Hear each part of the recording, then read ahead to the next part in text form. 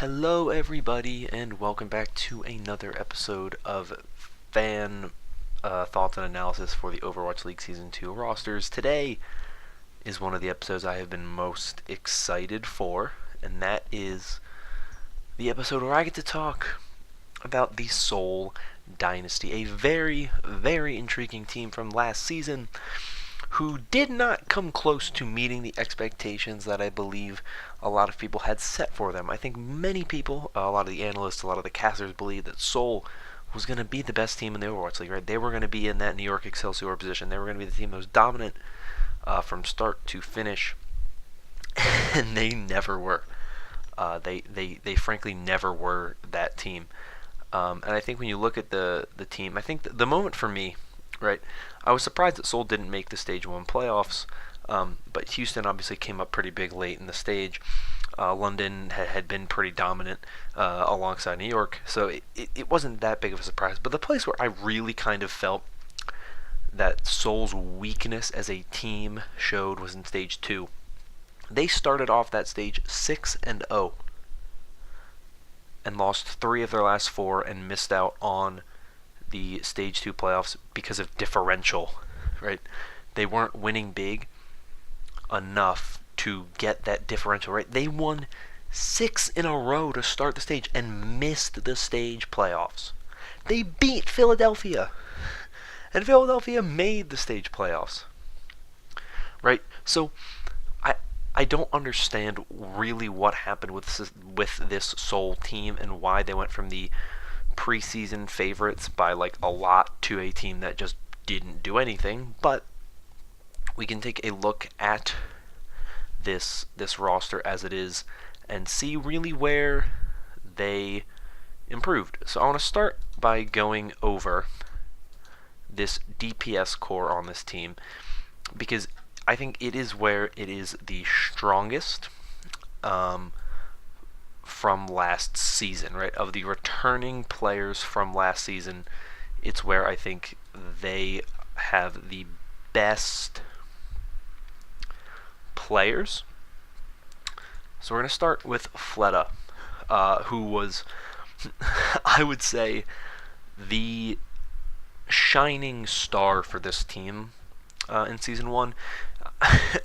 I really don't think, without Fleta, I think Seoul would have probably been a worse team. I think they probably still would have finished ahead of San Francisco, but I don't even know if they would have been in the overall season playoff discussion come the final week of Stage 4 without Fleta. Fleta played very well throughout the season.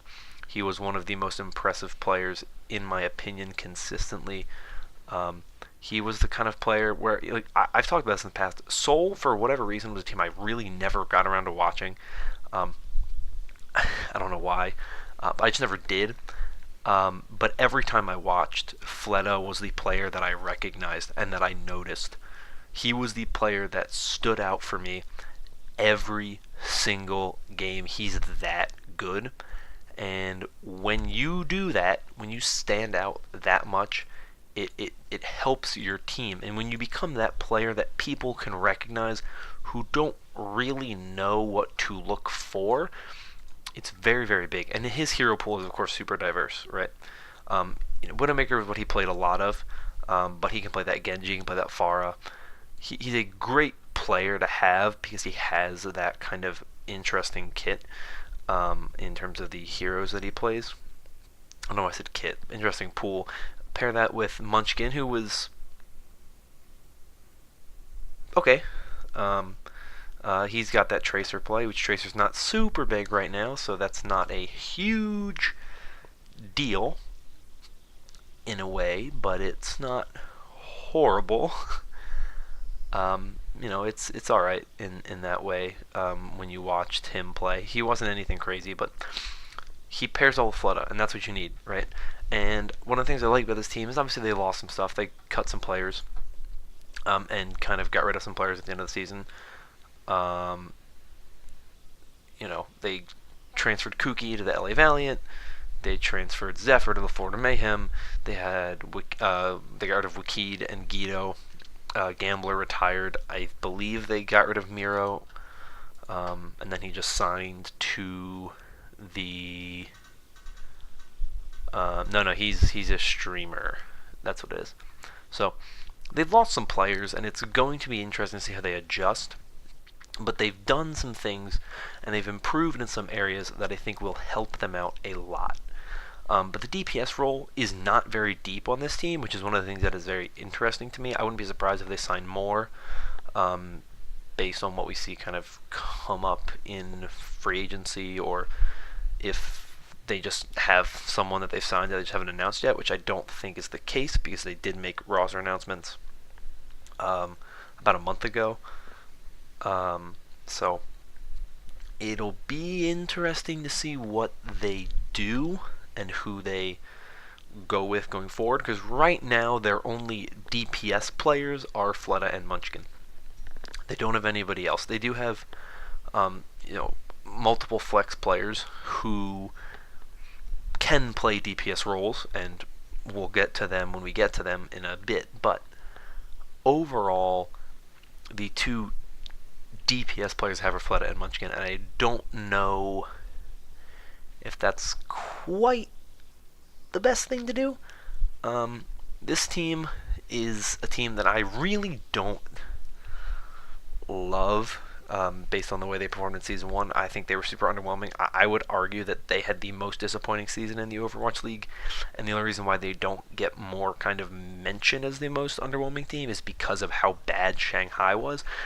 If Shanghai was a 10-win team, or even like a 6-win team, I think people would be like, okay, they were bad, but like look at Seoul. I mean, they were supposed to be the best team in the league, and they were lackluster. They didn't even, they missed out on the playoffs. They weren't even the 7th seed. They were the 8th seed, right?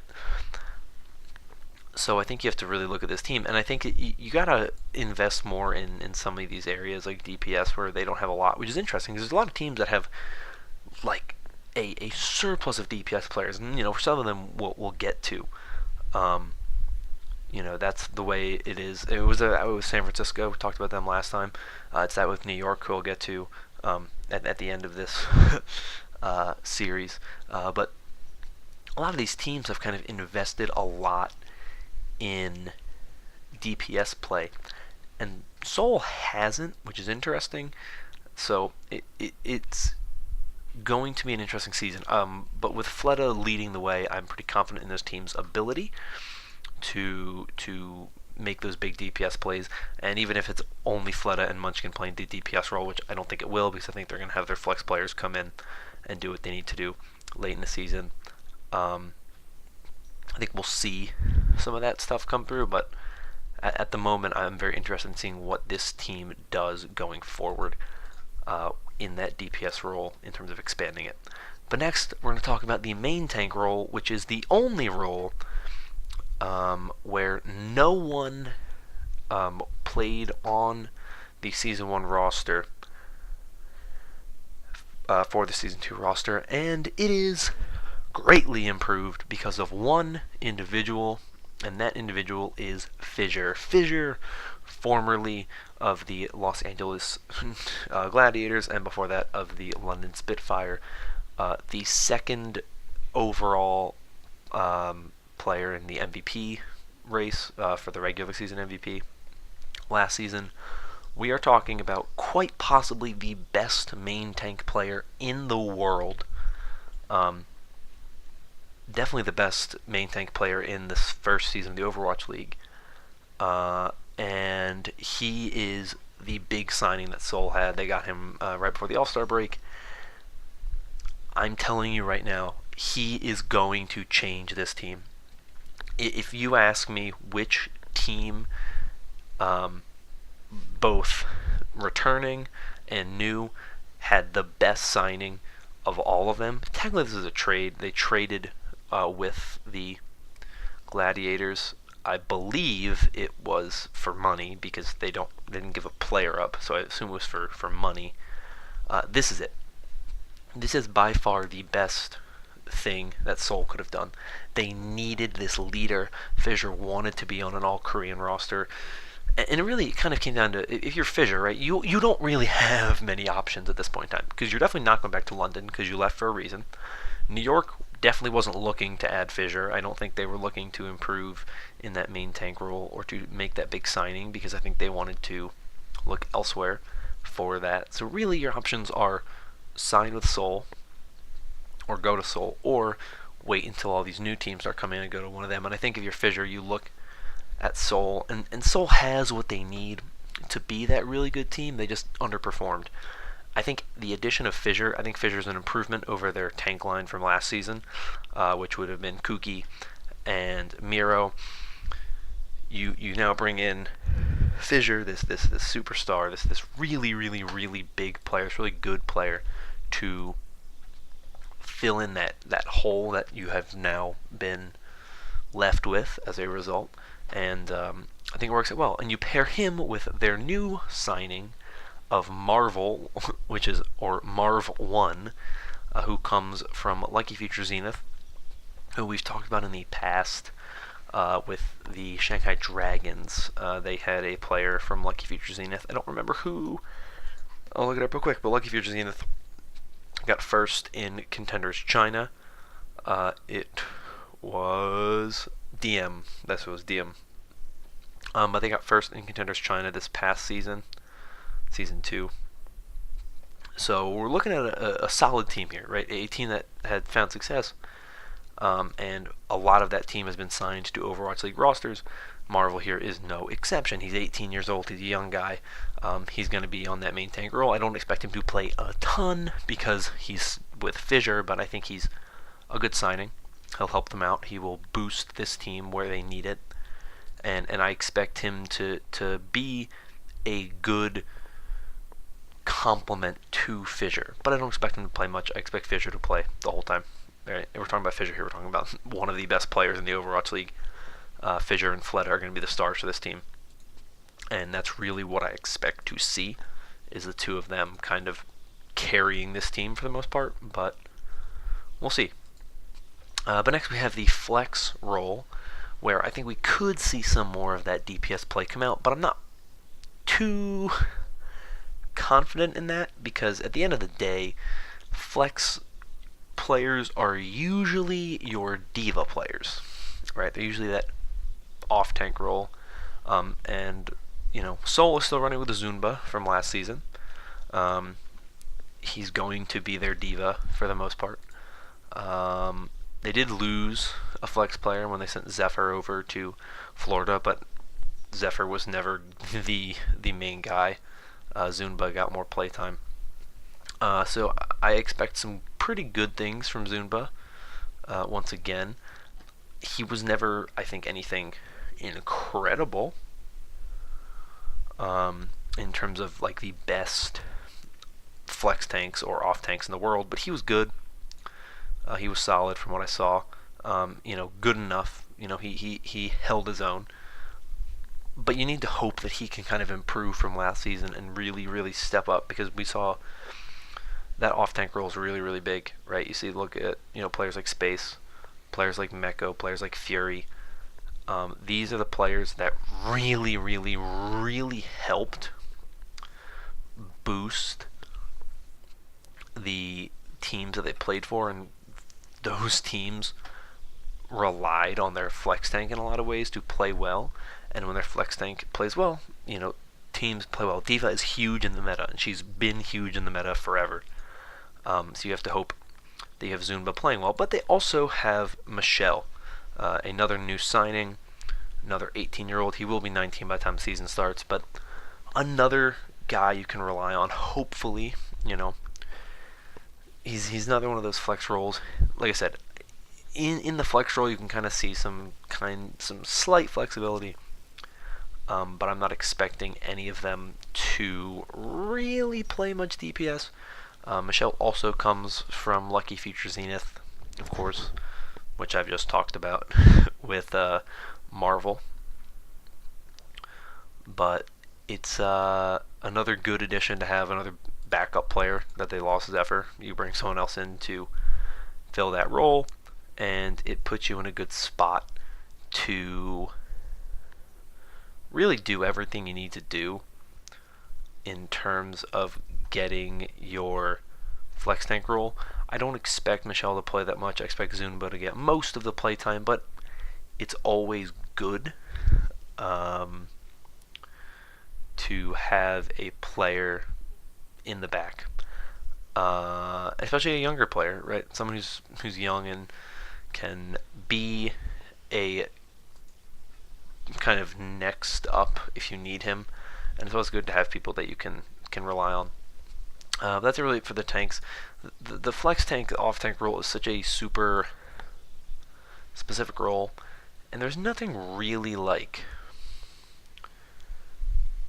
crazy with it, right? Like you're good or you're not good in a lot of ways. Like you just kind of figure it out. I've just found like usually when you watch, the diva play is the kind of hero that you just kind of, when a diva plays really, really, really well, a lot of the time you don't really notice because they're just doing what they're supposed to do. Like you'll see people say like that was a really big play or whatever. You see like a big diva bomb by someone like Poco or Space, something like that, but they're not always the most kill feed heavy characters. But they do what they have to do, and it's a big thing to note with diva play. So if Zunba's playing well, they'll be fine. It really comes that simple.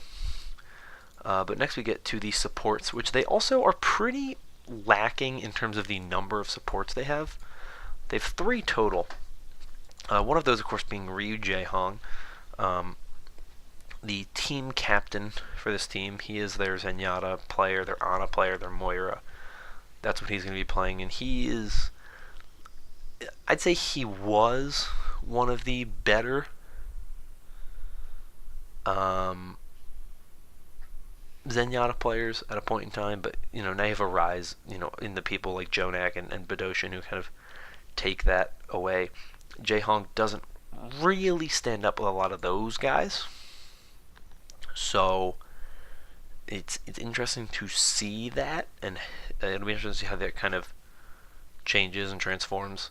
See how he plays, because the other 2 that they have are not really going to be playing Zenyatta. They're going to be your main heals, so he's still going to be on that Zenyatta, but he's an older guy. He's 27. And when it comes to esports, that's pretty old.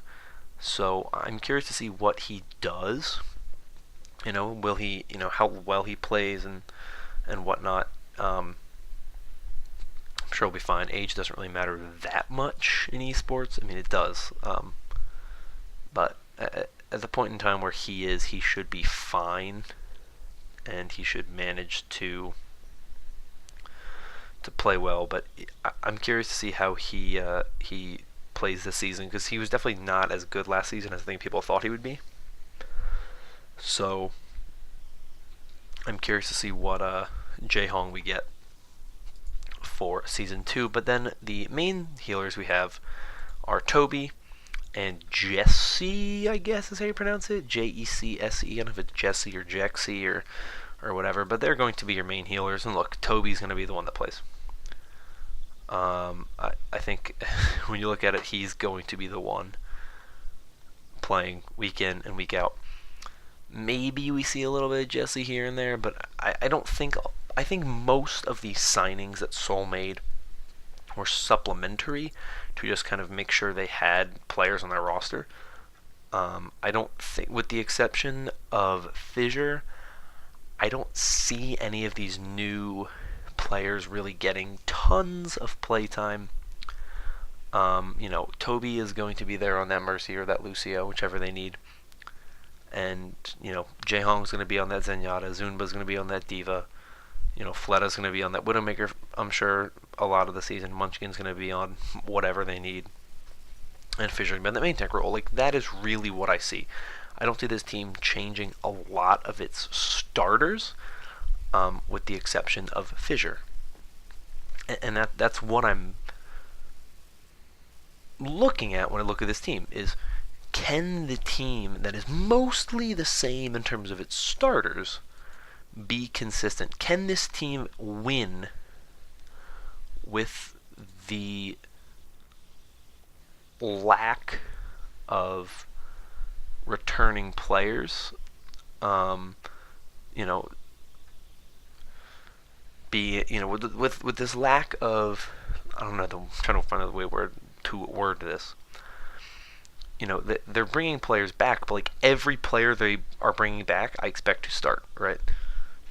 Munchkin, Fleta, Toby, Jaehong, and Zunba, and then you bring in Fissure, and then the other three I don't expect to start. So this team wasn't all that great last season. So can the team that is mostly the same still compete and make it far? Can this team play well? I think the addition of Fissure is the biggest addition, and I think he can change this team because he changed the LA Gladiators. I think his addition kind of helped the Gladiators far more than people realized it did. In retrospect, people were like, yeah, he really changed things, and some people obviously picked up on that right away, and the way he changed the team. But I'm curious to see what the addition of Fissure does for this team, because I think it will be one of the biggest things that this team has going for it. I think it'll be super useful for this team.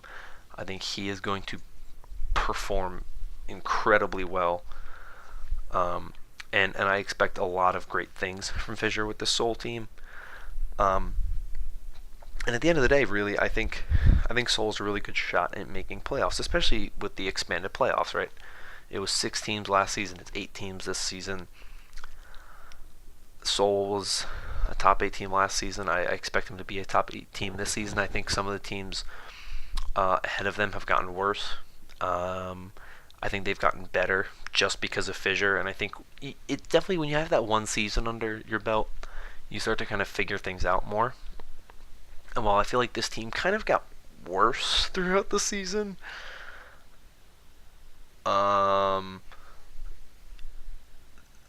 they should be able to improve this season, especially because of Fissure, right? And it may seem like I'm really, really, really saying Fissure is this huge thing, and the addition of Fissure is like the biggest addition ever, but it is.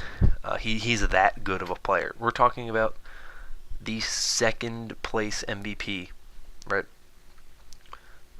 That's really good. He's a really good player. And he played, 3 stages?